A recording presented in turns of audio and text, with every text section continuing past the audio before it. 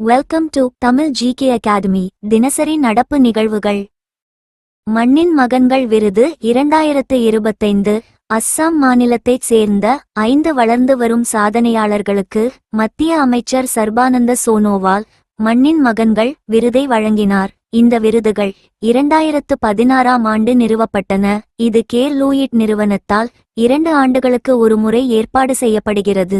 இந்த விருதுகள் அசாமில் புதுமை, உள்ளூர் திறமைகள் மற்றும் தொழில்முனைவோர், பொது சேவை, ஊடகம், விளையாட்டு மற்றும் கலை மற்றும் கலாச்சார துறைகளில் விதிவிலக்கான பங்களிப்புகளை செய்தவர்களுக்கு வழங்கப்படுகிறது. விருது வகைகள்: வளர்ந்து வரும் சாதனையாளர் விருது, வாழ்நாள் சாதனையாளர் விருது, சமூகத்துறை மேம்பாட்டு விருது.